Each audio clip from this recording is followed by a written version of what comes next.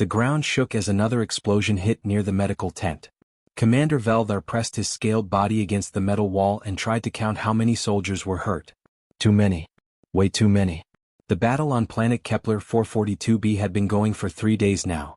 The enemy kept attacking with more ships and more weapons. The coalition forces were fighting back hard, but people were getting hurt faster than the doctors could fix them. Veldar looked around the medical area. The bug-like Nexri doctors were tired. They had been working for 8 hours without stopping. That was the most their bodies could do. The crystal people called Ethany were getting dim. When they got tired, their bodies stopped glowing. Soon they would need to rest for many hours.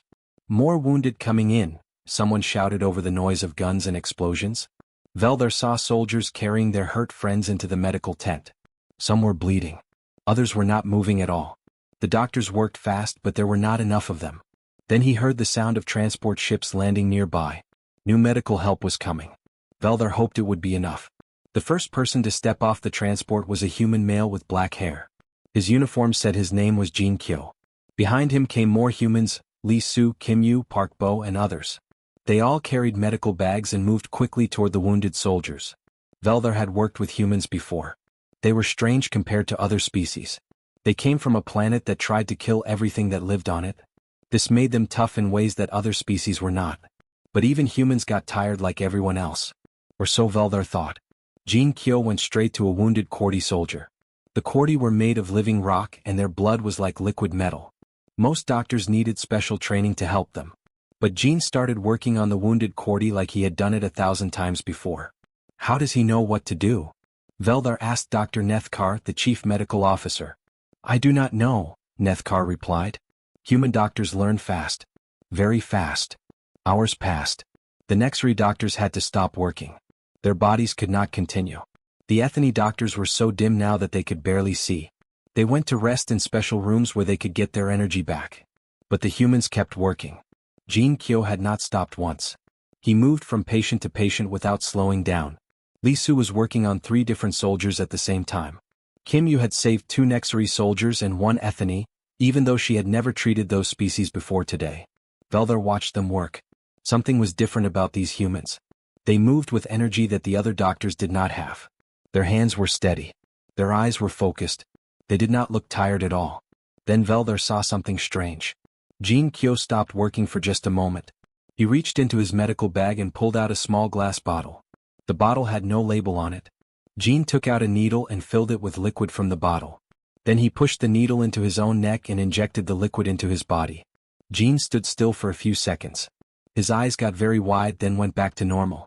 He put the bottle back in his bag and went back to helping the wounded soldiers. Veldar had never seen anything like this before. Why was the human doctor giving himself medicine? Was he hurt? Was he sick? But Jin did not look sick. If anything, he looked stronger than before. More hours went by. The battle outside was still loud and dangerous. More hurt soldiers kept coming into the medical tent. The human doctors worked on all of them. They did not slow down. They did not ask for breaks. They did not complain about being tired. Veldar saw Jin use the needle on himself again. And again. Every few hours, the human would stop, take out the bottle, and inject himself with the mystery liquid. The other human doctors did the same thing. They all had bottles with no labels. They all gave themselves injections when they thought no one was watching. This is not normal, Veldar told Dr. Nethkar. Humans get tired like everyone else. But these humans have been working for 20 hours without stopping. Dr. Nethkar looked at the humans working in the medical tent. You are right. This is very strange.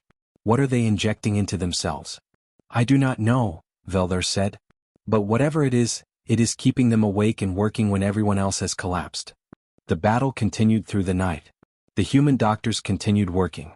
They saved dozens of soldiers from different species. They worked with tools they had never used before. They treated injuries they had never seen before. And they did it all without rest. By morning, Veldar realized something important. The human doctors were not just working hard. They were working at a level that should have been impossible. No living thing could work that long without sleep or food or rest. But the humans were doing exactly that. And they were doing it by injecting themselves with something that Veldar did not understand. The mystery bottles worried him. What were the humans taking? Was it dangerous? Was it illegal? And why did it only work for humans? Veldar decided he would find out answers to these questions. But first he had to survive the battle. And right now, the human doctors were the only reason anyone was surviving at all. 3 days later, Commander Veldar got a message that made him very worried. The message came from Commander Thexan, who was fighting on the other side of the planet. Veldar, I need to ask you something strange, the message said. Do your human doctors inject themselves with something? My human medic named Park Bo keeps using a needle on himself. He has been working for 4 days without sleep. This should not be possible. Veldar felt cold inside his scaled skin. So it was not just Jin Kyo and his team. Other human doctors were doing the same thing in other places. He sent messages to all the coalition commanders in the area. The answers he got back made him more worried. Commander Ythera wrote, Human medic Li Min has been working for 5 days straight. She injects herself every few hours with unknown substance. She treated 15 Veltani soldiers yesterday. Our species is made of gas, but somehow she knew exactly how to help us. Commander Zektar reported, Human Dr. Kim Soo saved 12 of my Kordi warriors. He had never seen our species before this week. But he worked on our rock-based bodies like he was an expert. He also uses mysterious injections. Commander Felnock sent the most worrying message, My human medics are working impossible hours. They do not eat. They do not sleep. They inject themselves with unmarked bottles.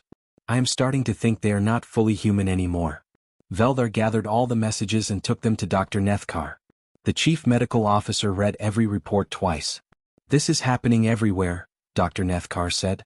Every human medic in the sector is showing the same behavior. We need to find out what they are taking. How do we do that? Veldar asked. We test their blood, Dr. Nethkar replied. If they are taking drugs or medicines, it will show up in their blood. Getting a human to give blood was not easy. They were too busy saving lives to stop for tests. But finally, Kim Yu agreed to let Dr. Nethkar take a small sample of her blood. Dr. Nethkar put the blood into the testing machine. The machine would tell them what chemicals were in Kim Yu's body. After a few minutes, the machine made a loud beeping sound. That does not sound good, Veldar said. Dr. Nethkar looked at the screen. His face changed color. Among his species, that meant he was very shocked. This is impossible, Dr. Nethkar whispered. What does it say? Kim Yu has stress chemicals in her blood that are 3 times higher than what would kill a Corvani like you. The levels are 5 times what would kill a Nexari. For most species, these levels would cause instant death. Veldar looked through the medical tent window.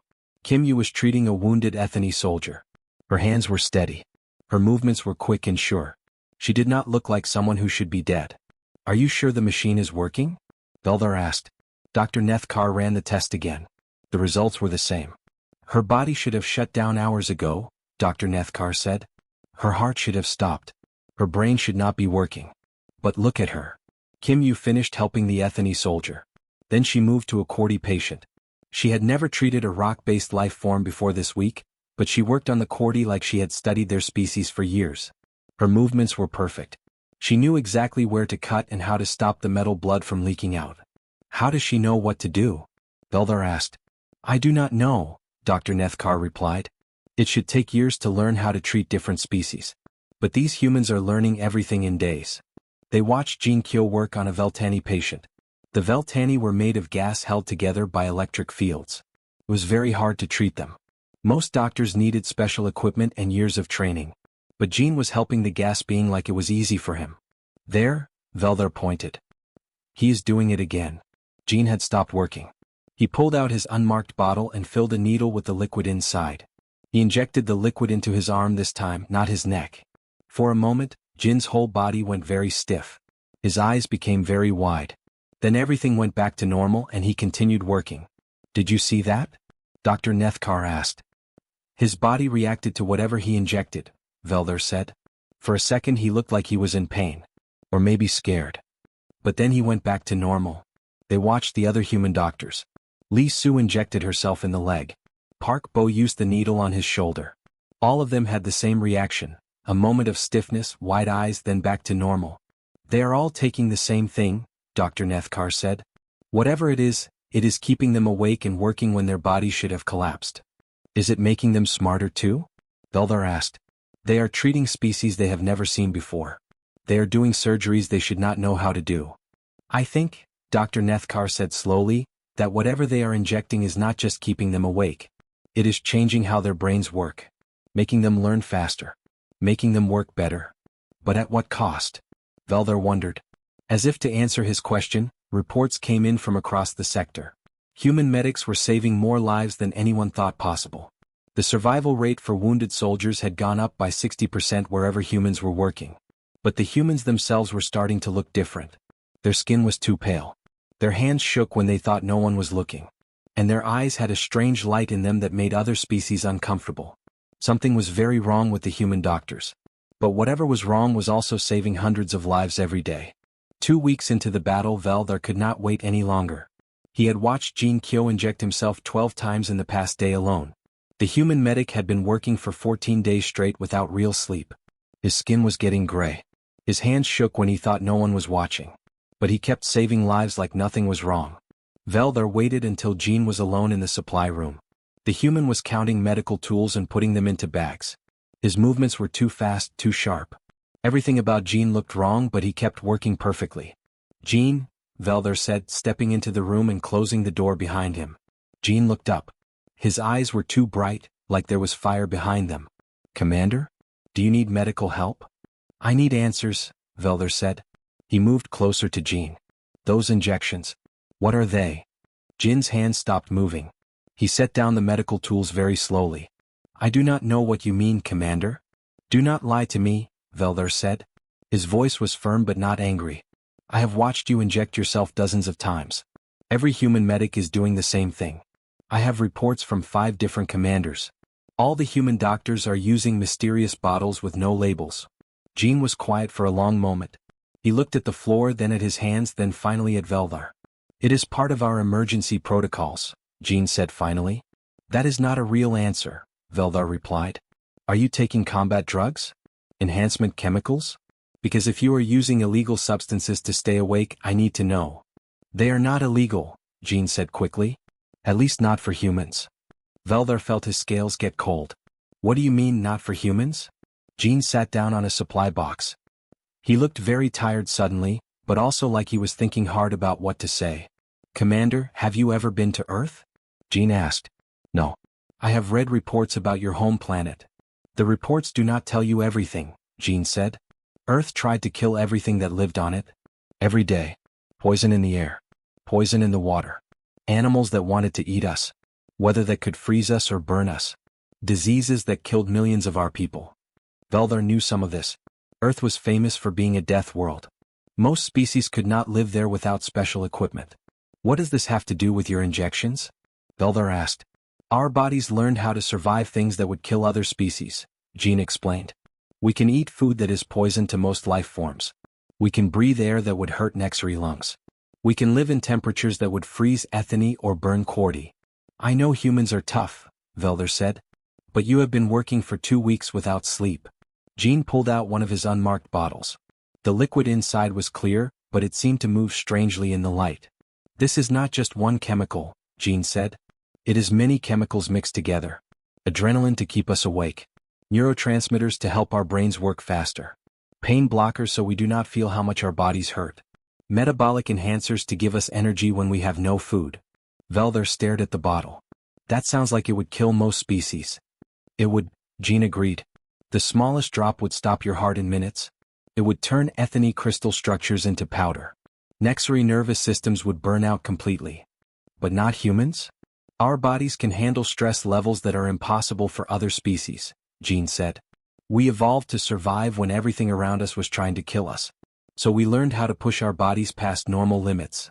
Veldar was starting to understand, but he did not like what he was learning. "You are poisoning yourselves," he said.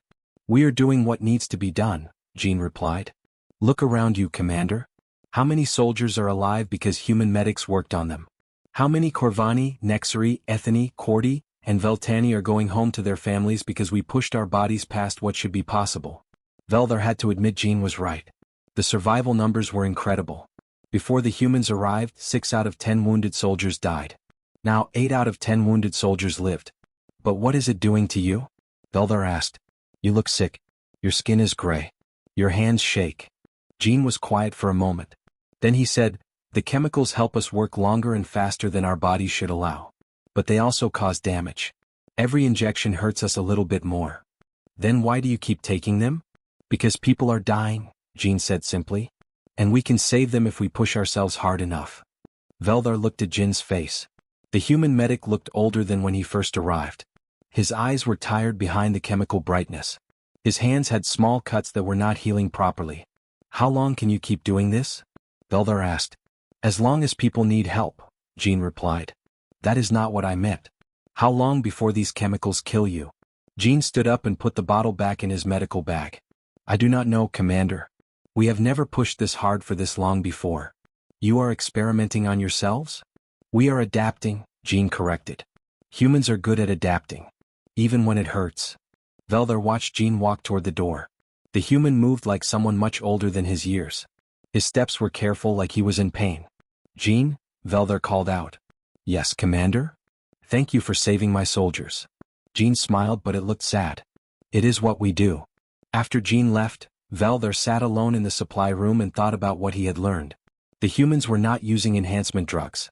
They were using controlled poison that only their species could survive. And they were doing it to save lives, even though it was slowly destroying their own bodies. For the first time, Veldar understood why other species feared and respected humans so much. 3 months later, the enemy finally gave up. Their ships flew away from Kepler 442b, leaving the coalition forces in control of the planet. The battle was over, but the medical tent was still busy with wounded soldiers who needed long-term care. Veldar walked through the medical area, checking on his troops. The Nexari doctors were working normal hours again. The Ethany medics were bright and healthy. Everyone was getting back to regular schedules now that the emergency was over. Except the humans. Jin Kyo was still working. He had been treating patients for almost 90 days without a real break. His skin was now a gray-white color that looked very wrong. His black hair had white streaks that had not been there before.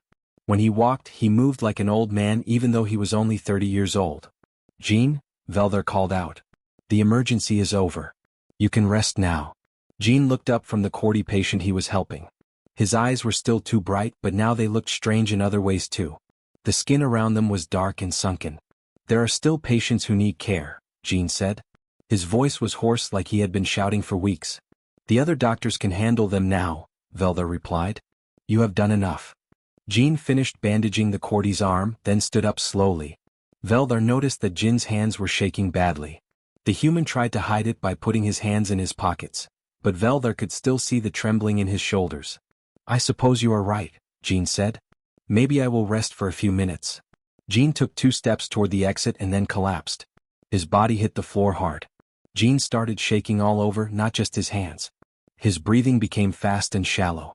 His skin, which had been gray, now turned very pale, then started turning blue around his lips. Medical emergency. Veldar shouted. Dr. Nethkar ran over with his medical scanner. He pointed it at Jin's body and the machine started making loud alarm sounds. His body temperature is dropping fast, Dr. Nethkar said. Now it is rising too fast. His heart is beating too quickly, then too slowly. His brain activity is all wrong. Is he dying? Veldar asked. By any normal measure, yes, Dr. Nethkar replied. But Jin is human, so normal measures do not apply. Across the medical tent, Lee Su suddenly fell down too. Then Kim Yu collapsed while helping a patient. Park Bo dropped the medical tools he was holding and sat down hard on the floor, his whole body shaking. All the human medics were crashing at the same time. Get them to the emergency care beds, Dr. Nethkar ordered. It took 6 Korvani soldiers to carry Jin to a bed. His body was shaking so hard that they could barely hold on to him. His temperature went from too cold to too hot and back to too cold again. The medical machines could not get stable readings because everything kept changing. What is happening to them? Veldar asked. Dr. Nethkar was checking the vital signs of all 4 humans. I think their bodies are finally reacting to 3 months of chemical stress. Whatever they were injecting has been building up in their systems. Now that they stopped taking it, their bodies are trying to repair all the damage at once. Veldar watched Jin's face. The human's eyes were closed, but his face showed pain even while he was unconscious. His breathing was rough and uneven. Will they survive this? Veldar asked. I do not know, Dr. Nethkar admitted. I have never seen anything like this. The chemical levels in their blood should have killed them weeks ago. The stress on their organs should have caused permanent damage. But somehow they kept working through all of it. For 18 hours, the human medics stayed unconscious. Their bodies fought against months of accumulated poison. Veldar stayed in the medical tent, watching and waiting. He felt responsible for them. They had saved hundreds of his soldiers' lives. During the long wait, Veldar realized something that made him feel sick inside. They were not enhancing themselves, he said to Dr. Nethkar. They were slowly killing themselves. What do you mean? Those injections. Jean told me they were adrenaline and other chemicals to help them work longer. But now I understand. They were not making themselves stronger. They were forcing their bodies to work when they should have collapsed. They were poisoning themselves a little bit more each time. Dr. Nethkar looked at the sleeping humans. You think they knew this would happen? I think they knew it might happen, Veldar replied. But they did it anyway because people needed help. On the second day, Jean opened his eyes. His skin color was better, but he looked very weak. When he tried to sit up, his arms shook so badly that he could not lift himself. How do you feel? Veldar asked. Like I got hit by a transport ship, Jean whispered. How long was I unconscious? Almost 2 days. Your body was recovering from chemical damage. Jean nodded slowly. That makes sense. We knew there would be consequences when we started the emergency protocols. But people were dying. You could have died too. But we did not, Jean said with a weak smile. Human bodies are good at recovering from things that should kill us. It just takes time. Over the next week, all 4 human medics slowly got better. Their skin returned to normal colors. Their hands stopped shaking. They could walk without looking like old people again. But Veldar now understood the truth. The humans had not been using enhancement drugs. They had been using controlled poison that pushed their bodies past all normal limits. And they had done it knowing it might destroy them permanently, just to save the lives of soldiers from other species. 6 months later, Commander Veldar sat in a big office at Coalition Medical Command headquarters. The walls were covered with screens showing medical reports from across the galaxy. On his desk was a document that would change how the military worked with human doctors forever. Veldar had been promoted after the battle on Kepler 442b. His new job was to write rules for medical operations. The first rule he wrote was about human medics and their strange injections. The document was almost finished. Veldar read it one more time to make sure it said everything important. Coalition Medical Command Directive 2387 Alpha. Subject: Human Medic Emergency Treatment Protocols. To all field commanders. Section 1. Field commanders must not question human medics when they use emergency self-treatment procedures. Section 2. Human medical protocols are based on their species' unique ability to survive extreme biological stress. Section 3. What looks like drug abuse or dangerous behavior is actually precise medical intervention that only works with human biology. Section 4. Human medics are allowed to use emergency enhancement procedures whenever they decide it is necessary during combat situations. Section 5. Other species should never attempt to copy human medical procedures. These treatments will cause death in non-human biology. Veldar signed his name at the bottom of the document. Then he sent it to every coalition commander in the galaxy. The responses came back quickly. Commander Thexan wrote, "About time someone made this official. My human medic Park Bose saved 43 soldiers last month using those injections. I stopped asking questions after the first week." Commander Ythera sent a longer message. "This directive should have come sooner. I watched human medic Li Min work for 7 days straight during the Rigel Station crisis. She injected herself every few hours with unmarked bottles. I thought she was breaking medical laws. But she saved 60% more lives than any other doctor. Now I understand she was following human protocols, not breaking rules." The most interesting response came from Commander Zektar, who was fighting on the edge of Coalition space. "Human Dr. Kim Su arrived at my base last week. When the fighting started, he immediately began using self-injections. I almost arrested him for drug use. Then I read your directive. Good timing, Commander Veldar. Kim Su has saved more of my Cordy warriors than I thought possible. Whatever those humans inject themselves with, it makes them into miracle workers." Over the following months, reports came in from everywhere humans were working. The pattern was always the same. Human medics would arrive at a crisis zone, start injecting themselves with mysterious chemicals, then work impossible hours while saving incredible numbers of lives. Other species tried to understand how it worked. The Nexari scientists studied human blood samples. The Ethany researchers examined the chemical compounds. The Cordy engineers tried to build machines that could copy the process. Nothing worked. Human biology is just too different, Dr. Nethkar explained to Veldar during a visit to the old battlefield. Their bodies evolved on a planet that tried to kill them every day. They can survive chemical stresses that would destroy other species instantly. They walked through the medical facility where Jin Kyo and his team had worked so hard. The building was quiet now, used only for regular medical care. Have you heard from Jin lately? Veldar asked. He is working on Tau Ceti Station now, Dr. Nethkar replied. There was a mining accident that trapped 300 workers from different species. Jin and 2 other human medics used their emergency protocols to work for 5 straight days. They saved all 300 workers. And how is Jin's health? He recovered completely from what happened here, Dr. Nethkar said. Human bodies are amazing at repairing damage that would be permanent in other species.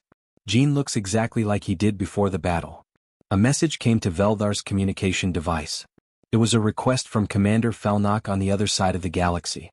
Commander Veldar, I have a medical emergency involving 400 wounded soldiers from 6 different species. I need human medics immediately. Can you send your best team? Veldar smiled as he wrote back, Human medical team will arrive in 12 hours. Do not question their methods when they start injecting themselves. Just be grateful they are on our side.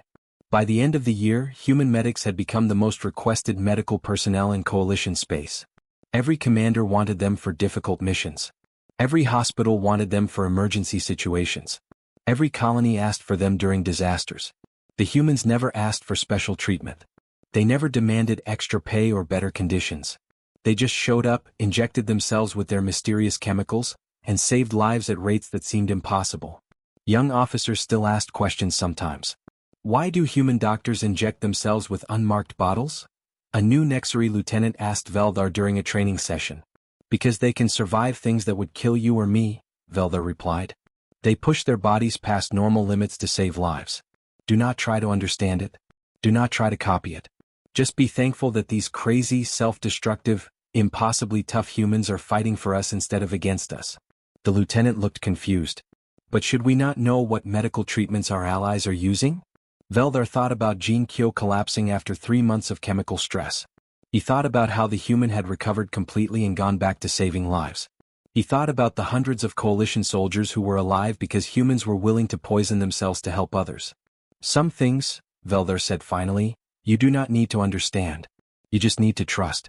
And when you see human medics injecting themselves with unmarked bottles, you do not ask questions. You just thank whatever gods you believe in that humanity decided to join the Coalition instead of conquering it.